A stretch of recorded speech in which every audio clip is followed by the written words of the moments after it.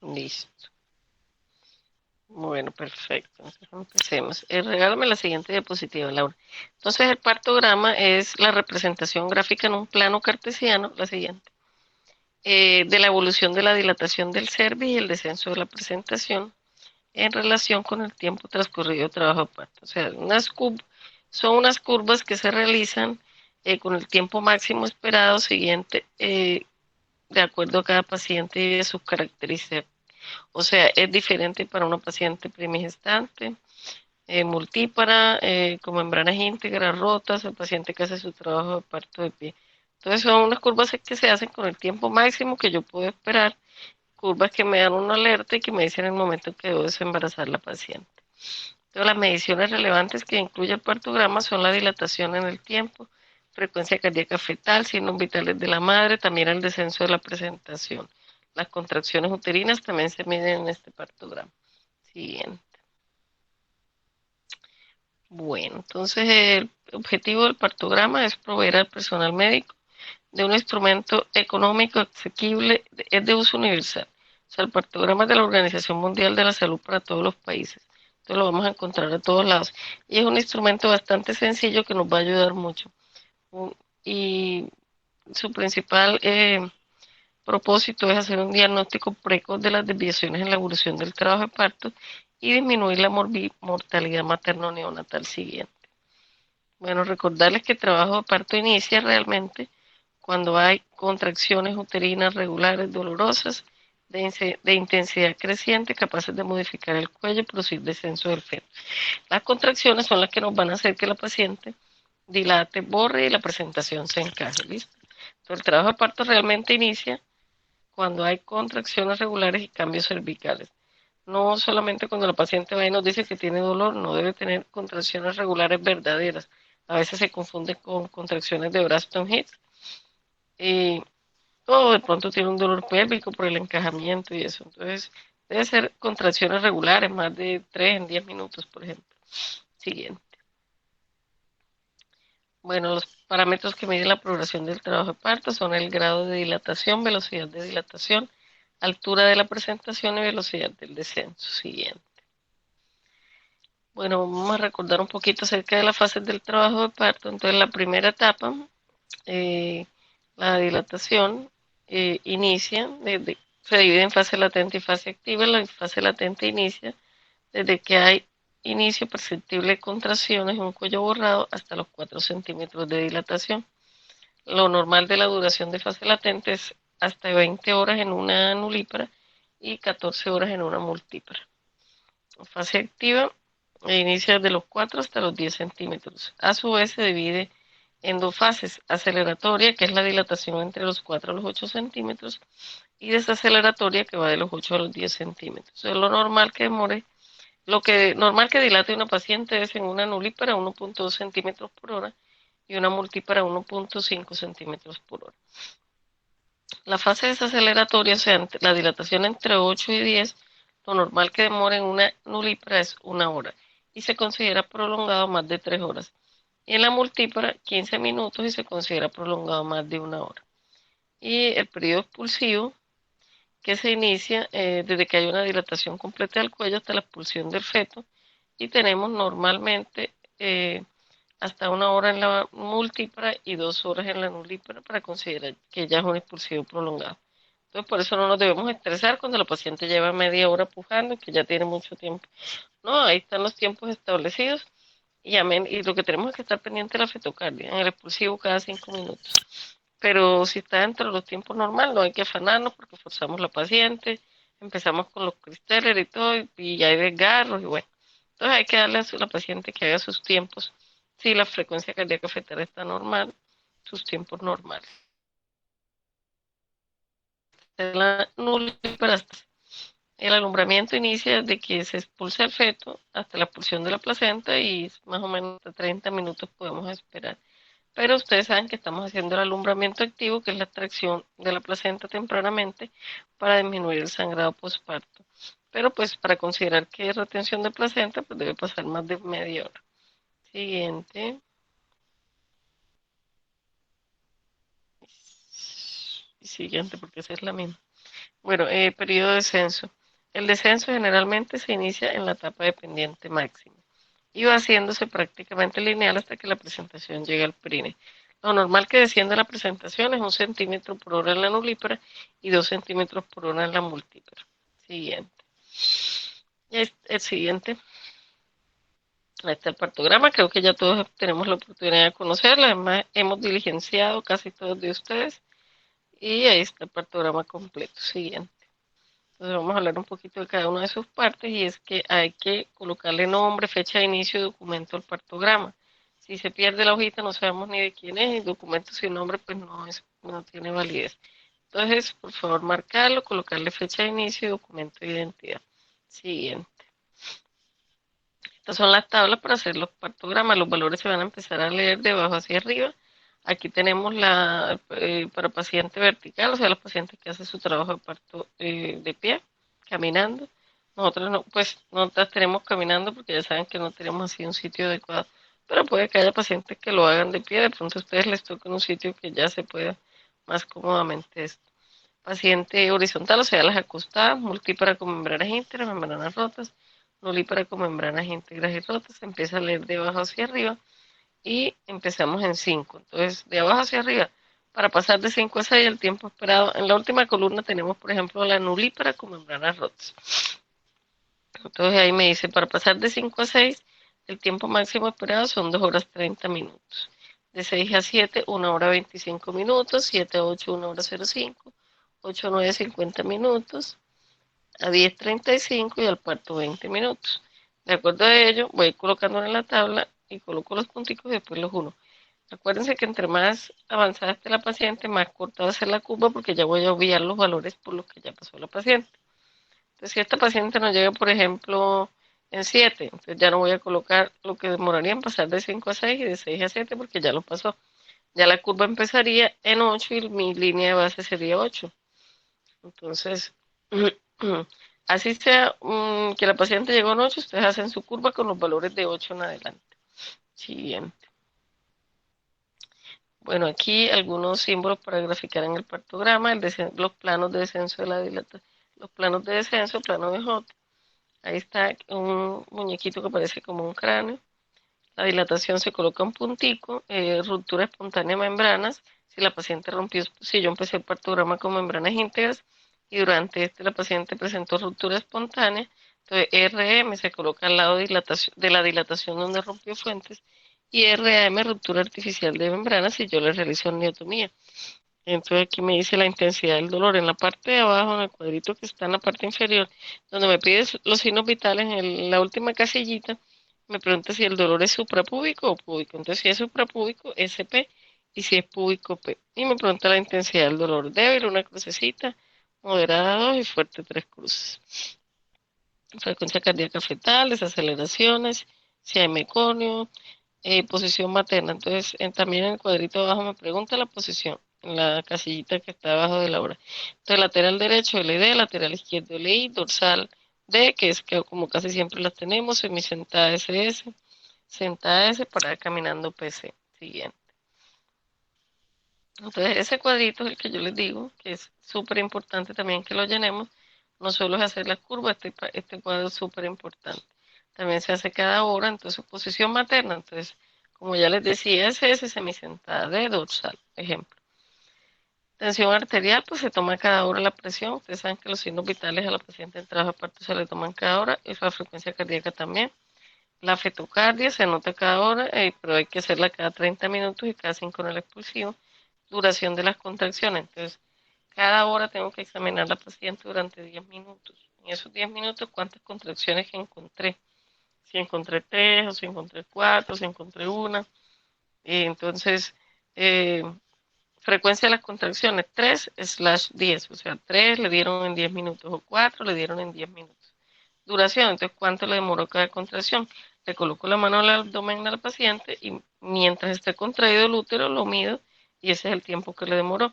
Entonces, ¿cuántas veces le dio en 10 minutos? Eso es cada hora que ustedes lo van a hacer. ¿Y cuánto demoró cada contracción? ¿Sabe que lo normal es más o menos entre 3 y 5? Si tenemos más de 5 es una taquisistolia. Y si tenemos menos de 3, pues ya hay que ponernos las pilas con la conducción porque no nos va a avanzar el trabajo de parto. Y en la última casillita el dolor. Entonces si es suprapúbico o púbico. Entonces SP o P slash, una crucecita si es leve, 2 si es moderado y 3 si es fuerte. Siguiente. Esta es la línea fase activa. Esta línea representa la rosadita, la fase activa del trabajo de parto. Por eso es que está más o menos entre 4 y 5 centímetros. Y a partir de ahí es donde vamos a hacer las curvas. Antes no podemos hacerlas. Ustedes pueden empezar el partograma en 4, pero solo colocar el puntico de la dilatación. No podemos hacer curvas todavía. Siguiente. Bueno, aquí están la línea, ejemplos de la línea de alerta y la línea de acción. La línea de alerta es la línea que se forma de la unión de los puntos de dilatación según los tiempos estipulados, teniendo en cuenta las características de cada gestante. Entonces es la línea que voy a hacer con la tabla de los valores que ya les mostré, de acuerdo, escojo mi paciente y con esos valores voy a hacer a colocar los punticos. Entonces, cada cuadrito es una hora que a su vez se va dividiendo cada 15 minutos. Entonces, por ejemplo, si para pasar de 5 a 6 son 2 horas, 30 minutos, entonces me voy al 6 y cuento hacia arriba un cuadrito y a la derecha 2 cuadritos y medio. Porque verticalmente cada cuadrito es 1 centímetro de dilatación y horizontalmente cada cuadrito es una hora. Entonces, ahí vamos cuadrando. Entonces, ¿para qué me sirve la línea de alerta? Me avisa que si yo, mi línea verdadera o línea real que hago con los datos que le realizo a la paciente, se sale de la línea de alerta, pues que esté pendiente porque ya hay una alerta que me dice que está empezando a demorar mi parto. Tengo que mirar qué está pasando, si la paciente tiene buenas contracciones, si tiene buena pelvis, de pronto no tiene la vejiga llena, porque la vejiga llena a veces no nos deja progresar el trabajo de parto. Entonces, para eso sirve la línea de alerta. Y la de acción es igualita, paralela, exactamente igual 4 horas después. O sea, los punticos que ya puse los voy a correr 4 cuadritos más y hago mi otra línea con esos puntos. ¿Para qué me sirve la línea de acción? Para cuando la línea real la pasa, la que yo voy a hacer haciéndole trato a las pacientes, me dice que ya debo desembarazar a la paciente. Entonces, cuando ustedes estén solos y no sepan ya cuánto debo esperar o ya hay que desembarazarla, ahí tienen las curvas de alerta que les van a avisar cuando hay que desembarazar a la paciente para que ustedes sepan cuándo hay que remitirla. Siguiente. Bueno, entonces tenemos aquí un repaso de lo que es los planos de descenso de la presentación. Vamos con la siguiente para que vean la fotico más grande. Entonces, estos son planos imaginarios que se han creado para medir el descenso de la presentación. Entonces tenemos lo que es planos de Hot y planos de Lee. Entonces, el primer plano de Hot es la misma estación -4 de Lee y es una línea que va desde el promontorio hasta el borde superior de la sínfisis púbica. Cuando la presentación está ahí, no está encajada, está totalmente flotante por fuera de la pelvis. El segundo plano de Hot o estación -2 de Lee es una línea paralela a la anterior que va desde la segunda vértebra del hueso sacro hasta el borde inferior de la sínfisis pubiana. El tercer, todavía no está encajada la presentación en esa estación -2. El tercer plano de Hot o estación 0 es cuando ya ustedes encuentran la presentación encajada y fijan la pelvis. O sea, no pueden moverla porque ya está a nivel de las espinas ciáticas y viene encajada. Ahí es donde es la estación 0.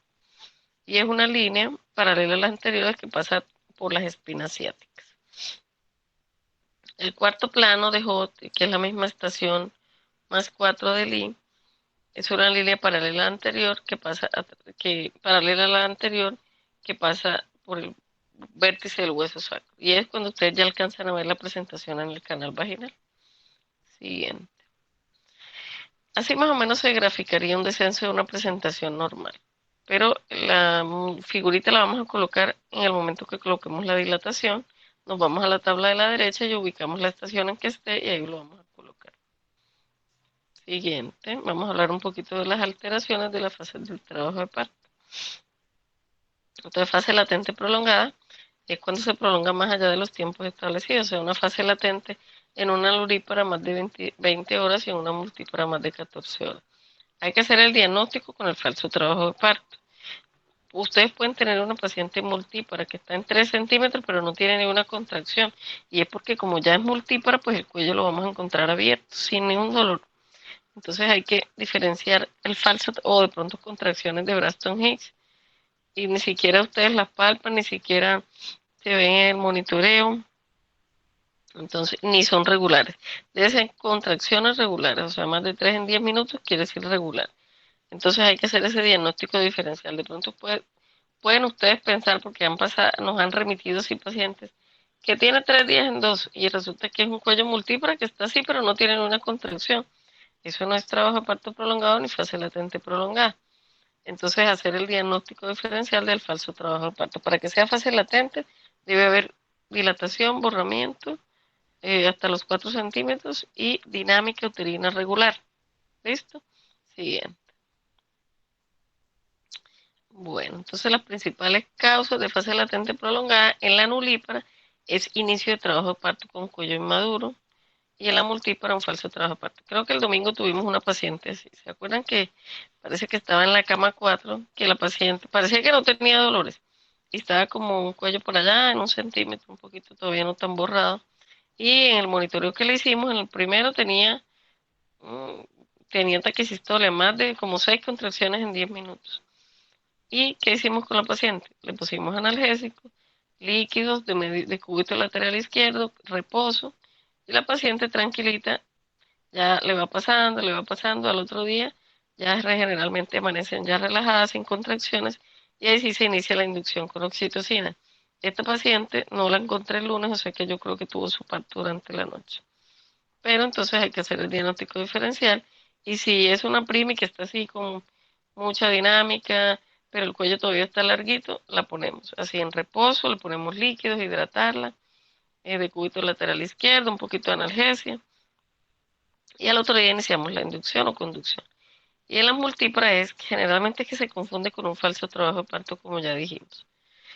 Eh, bueno, la paciente amaneció, bueno, ya el otro día tranquila y lista para reiniciar nuevamente, le ponemos un gotellito de oxitocina. Siguiente diapositiva. Fase activa prolongada. Entonces ya saben que lo que dilata normalmente una paciente es 1.2 centímetros por hora nulípara y 1.5 centímetros por hora multípara. Si dilata menos de esto, quiere decir que está en una fase activa prolongada. Pero para hacer el diagnóstico debemos hacer por lo menos 2 tactos vaginales separados por 2 horas de diferencia. Y lógicamente la paciente deberá estar en fase activa. Siguiente. Bueno, entonces la principal causa de fase activa prolongada son las contracciones uterinas de baja intensidad y frecuencia. Hay veces ustedes una paciente en 5, no, que lleva 4 horas en 5, pero la paciente tiene una contracción en 10 minutos. Entonces, ¿cuál será la causa de esa? Porque si yo no tengo buenas contracciones regulares y de buena intensidad, la paciente no va a dilatar. Entonces, esa es una de las principales causas, contracciones uterinas de baja intensidad y frecuencia. También una distosia de posición. La paciente, el feto, cuando está en trabajo de parto y está en el canal del parto, ya saben que debe hacer unos movimientos de acomodación, rotación interna. Entonces él tiene que ir haciendo una rotación y ir acomodándose para que el diámetro de él, por donde va pasando, concuerde con el diámetro de la pelvis por donde se pasa. Si no hace rotación y se tiene que llegar a un occipito anterior. Si se queda en occipito posterior o occipito transversa, los diámetros no concuerdan y no puede pasar por la pelvis. Entonces se queda ahí y produce una fase activa prolongada. O también la causa puede ser una desproporción cefalopélvica. También cuando le colocamos anestesia peridural, eso prolonga los tiempos. Prolonga los tiempos más o menos 1 hora más y todavía se considera normal. Y el manejo es, si tiene una desproporción cefalopélvica, se realizará cesárea. Si las contracciones están de baja intensidad y frecuencia, pues le hacemos amniotomía y le colocamos oxitocina para conducirla. Siguiente. Entonces, fase desaceleratoria prolongada, eso a veces lo vemos frecuentemente. Y es fase desaceleratoria la dilatación entre 8 y los 10 centímetros. En la nulípara, 1 hora es el tiempo normal. Si lleva más de 3 horas, se considera fase desaceleratoria prolongada. Y en la multípara, más de 1 hora, se considerará fase desaceleratoria prolongada. La principal causa es la distosia de posición, o sea, que no la rotación incompleta como hablamos anteriormente. Entonces, si no rota, se queda ahí estacionada y no puede pasar porque no concuerdan los diámetros del feto con el de la pelvis. Entonces, y la otra causa es la desproporción cefalopélvica.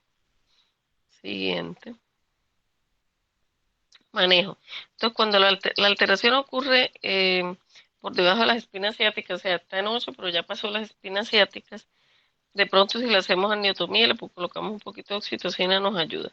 Si está por encima de las espinas ciáticas, no está muy encajado, generalmente va a terminar en cesárea.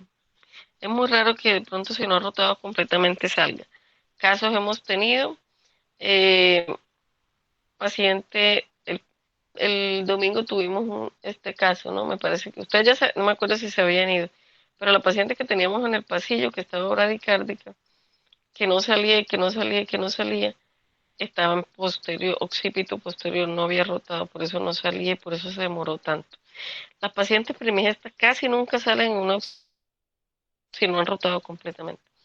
Y la multípara, a veces tampoco, a veces salen, pero pues es muy raro. Por eso cuando ustedes ven esa multípara que se demora y se demora y se demora en 8, o 8, 9 y 10, generalmente es eso, que hay una rotación incompleta y no puede salir.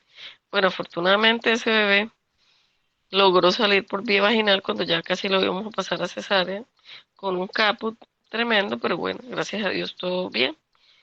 Y entonces, eso, que si es, no ha rotado y está por encima de las espinas, generalmente no va a salir. Entonces hay que programarla para cesárea. Y si es una desproporción cefalopélvica, pues también. Siguiente. Bueno, falla en el descenso. La falla en el descenso suele estar asociada a las anormalidades anteriores y se diagnostica cuando hay ausencia del descenso en la segunda etapa del trabajo de parto entre dos tactos vaginales separados por 1 hora en ausencia de hipodinamia, porque si no tiene buenas contracciones, pues no va a descender obviamente. Principal causa de falla del descenso, la desproporción cefalopélvica y el manejo parto por cesárea siguiente. Bueno, parto precipitado. Entonces, el parto precipitado, que también lo vemos muy frecuente y a veces el diagnóstico se hace después del parto, porque es tan rápido que ni alcanzamos a hacerle el partograma, es aquel donde hay una duración total o inferior a 3 horas o la progresión cervical es más de 3 centímetros por hora en primíparas y 10 centímetros por hora en múltiplas.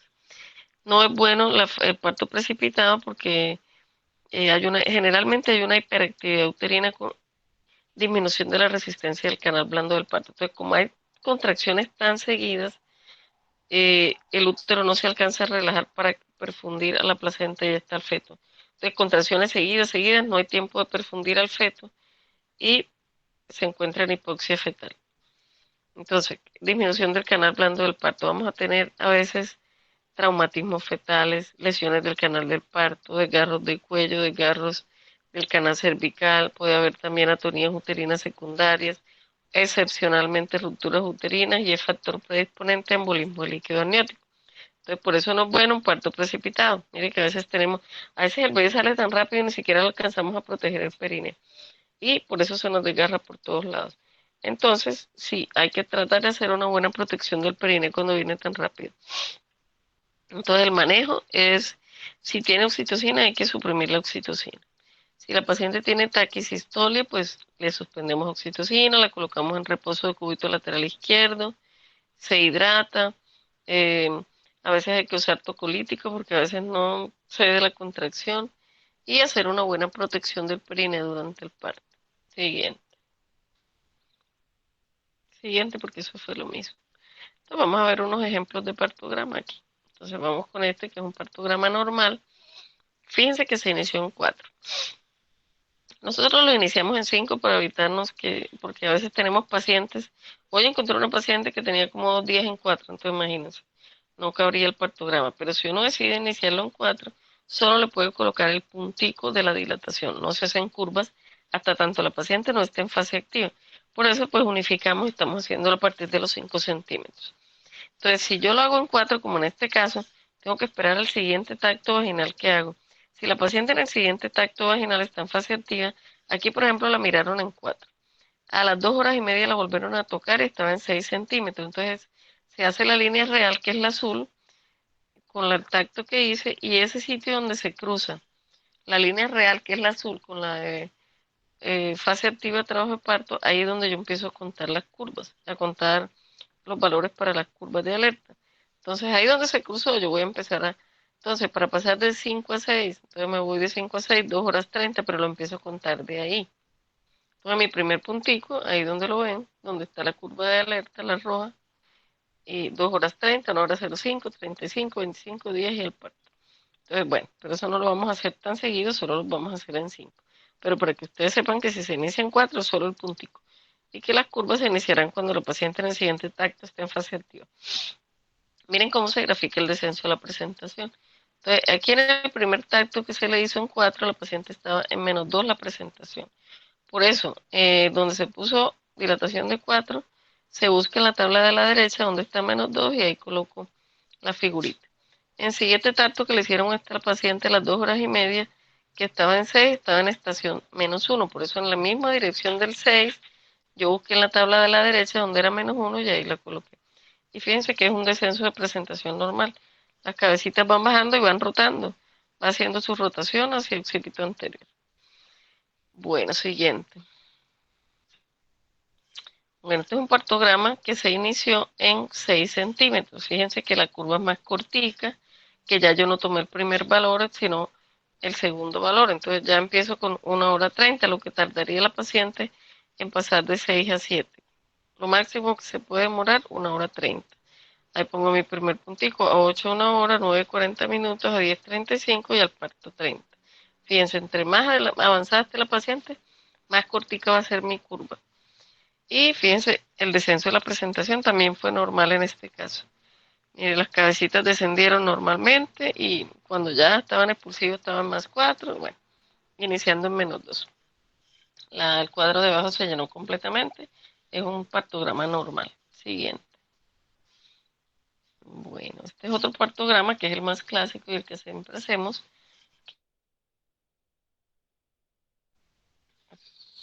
No, este no es, el anterior. El anterior a este es el partograma más común que se es, que es cuando se inician 5 centímetros, fíjense. Le coloco el puntico en 5 y empiezo a contar cuánto debería esperar para pasar de 5 a 6. Este partograma es una paciente nulípara con membranas íntegras. Entonces me dice que para pasar de 5 a 6 yo puedo esperar máximo 3 horas 15 minutos. Entonces yo me voy al 6 y cuento 3 cuadritos y los 15 minutos del siguiente cuadrito ahí pongo el primer puntico. Para pasar a 7, 1 hora 30. Entonces a partir del último puntico me voy al 7 y cuento un cuadrito y medio. Y así voy colocando los cuadritos, los punticos de acuerdo a los valores y después los unimos. Solo cuando está en 5 centímetros la curva va a salir de la línea de fase activa. Mírenlo ahí. Solamente cuando está en 5. Ya cuando está en 6 la línea de base será 6. Solo cuando está en 5. Igual el puntico lo pongo en 5 y empiezo a contar y el primer puntico lo pongo en la dirección de 6. Este también es un partograma normal. Mire, el descenso de la presentación fue normal. Aquí en estos cuadritos no les tengo la línea de acción, pero igual es la misma 4 horas después. Siguiente. Entonces ahí está un partograma que ya no es normal, porque la línea real, que es la azul, mire que ya se salió de la curva de alerta. Y la presentación no descendió. Fíjense que las figuritas de las cabecitas están altas. Esta fue una paciente que tenía una proporción cefalopélvica y terminó en cesárea. Siguiente. Estos son dos ejemplos de dos curvas de alerta. Las dos son curvas de alerta, pero una se empezó en 5 y la otra en 6, para que ustedes vean la diferencia, que se va haciendo más cortica a medida que avanza. Siguiente. Bueno, esta es una paciente con también cuando la línea real se salió ya de la curva de alerta, la línea real es la azul y la de alerta es la roja. Y me dice que tenga alerta, que revise si la vejiga está vacía, si tiene buena dinámica uterina, si tiene buena pelvis, si tiene una presentación adecuada. Siguiente. Eso cuando el partograma se inicia en 4, que es la próxima, de acuerdo al próximo tacto, empezaremos a hacer las curvas cuando se cruce esa línea real con la fase activa. Siguiente. Este sería un ejemplo de un partograma anormal, pero pues la línea negra representa el descenso de la presentación, la azul la dilatación, y fíjense que la presentación no descendió, que es la línea negra, siempre se mantuvo alta, y la línea de dilatación de la línea real se salió de la curva de alerta y de la de acción, aunque ahí no está dibujada, pues se salió. y es una paciente con una desproporción cefalopélvica que también terminó en cesárea siguiente. Bueno, esto es un partograma de una paciente que se inició con membranas íntegras, pero que estando en 7 presentó ruptura espontánea de membrana. Entonces, por eso al lado de la dilatación 7, donde yo le puse que está en 7, puse RM, ruptura espontánea de membrana. Si le hago aneotomía, RAM, ruptura artificial de membranas. Entonces, ya como yo había hecho la curva con membranas íntegras, tengo que acortar la curva y restarle los valores de diferencia de las dos columnas. Si, por ejemplo, con membranas íntegras me demoraba 50 minutos y con membranas rotas duraba 20, les resto los 20 minutos y corro el puntico hacia adentro 20 minutos. Ya llego a mi nueva línea de alerta desde el punto donde rompió fuente, en este caso desde 7. El otro permanece normal. Es desde que rompió fuente que la voy a modificar. Siguiente. Otro ejemplo igual. Siguiente. Entonces fíjense que hasta en el expulsivo, dilatación de 9, yo tengo que hacer las curvas. Porque resulta que la paciente me puede llegar, no, llegó un expulsivo y ya no le voy a hacer la curva y llegó a las 8 de la noche en 9, 10. Pero a las 1 de la mañana todavía está en 10, en un expulsivo prolongado, ¿cierto? Yo no le hice partograma porque que lleva a salir y la paciente tiene 3 o 4 horas en la expulsión. Entonces, este es un ejemplo de una paciente que llegó en 9 centímetros y se hizo la curva que fue pequeñita y fue normal porque la línea real está por dentro de la alerta y el descenso fue normal. Siguiente. Entonces, pendientes del partograma, si yo no estoy pendiente puedo tener un trabajo de parto normal que se asocia a un estado fetal no satisfactorio, necesidad de resucitación fetal y niños con bajo Apgar o recién nacidos con bajo Apgar. Siguiente. Entonces, para recordarles que el partograma no es para todos los embarazos ni para todos los pacientes, solo se hará en pacientes con fetos únicos vivos cefálicos con proporción cefalopélvica. Siguiente, no le puedo hacer partograma a pacientes con óbito fetal, fetos muertos, presentaciones pélvicas, situaciones traversas. Que llega un podálico en 5, no se le puede hacer partograma. Que tenga un óbito fetal de 40 semanas en 5, no le puedo hacer partograma. Situaciones transversas, prematuros, pacientes con 35 semanas en 5 centímetros, no le puedo hacer partograma. A partir de la semana 37 lo estamos haciendo. ¿Por qué? Porque los tiempos no son iguales y solo están establecidos para las pacientes normales, con solo un feto vivo a término y cefálico. Nada de óbitos, ni gemelar, ni prematuros, no, solo con fetos únicos vivos y cefálicos y a término siguiente. Bueno, y eso era todo lo que les quería recordar del partograma. Tenemos que seguirlo practicando porque eso se aprende haciéndolo, cuando lo estamos haciendo en sala parto. Por eso que yo les insisto que siempre hagan el ejercicio, lo hagamos por si tienen dudas allá. Por mucho que yo les diga acá, se aprende eso.